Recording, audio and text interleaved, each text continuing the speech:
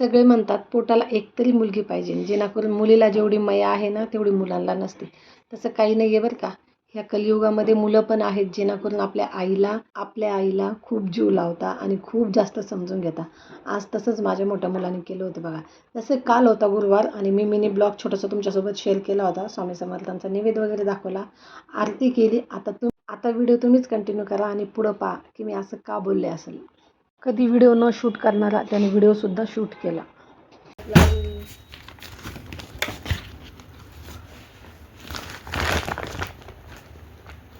धर मम्मी.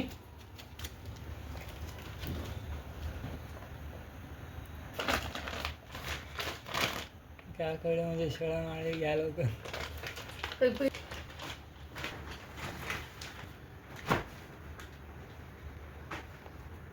पुन्हा खरंच फालतू ग पैसे नाही तर पैसे खर्चायचे का. आणि केवढ्यात दिला ते तुला? 550 रुपये.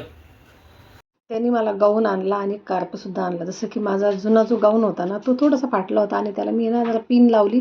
सध्या काय ना मी जॉबला नसल्यामुळे थोडीशी परिस्थिती नाही म्हणता येणार, पण थोडं ताणाताण चालू आहे पैशाची.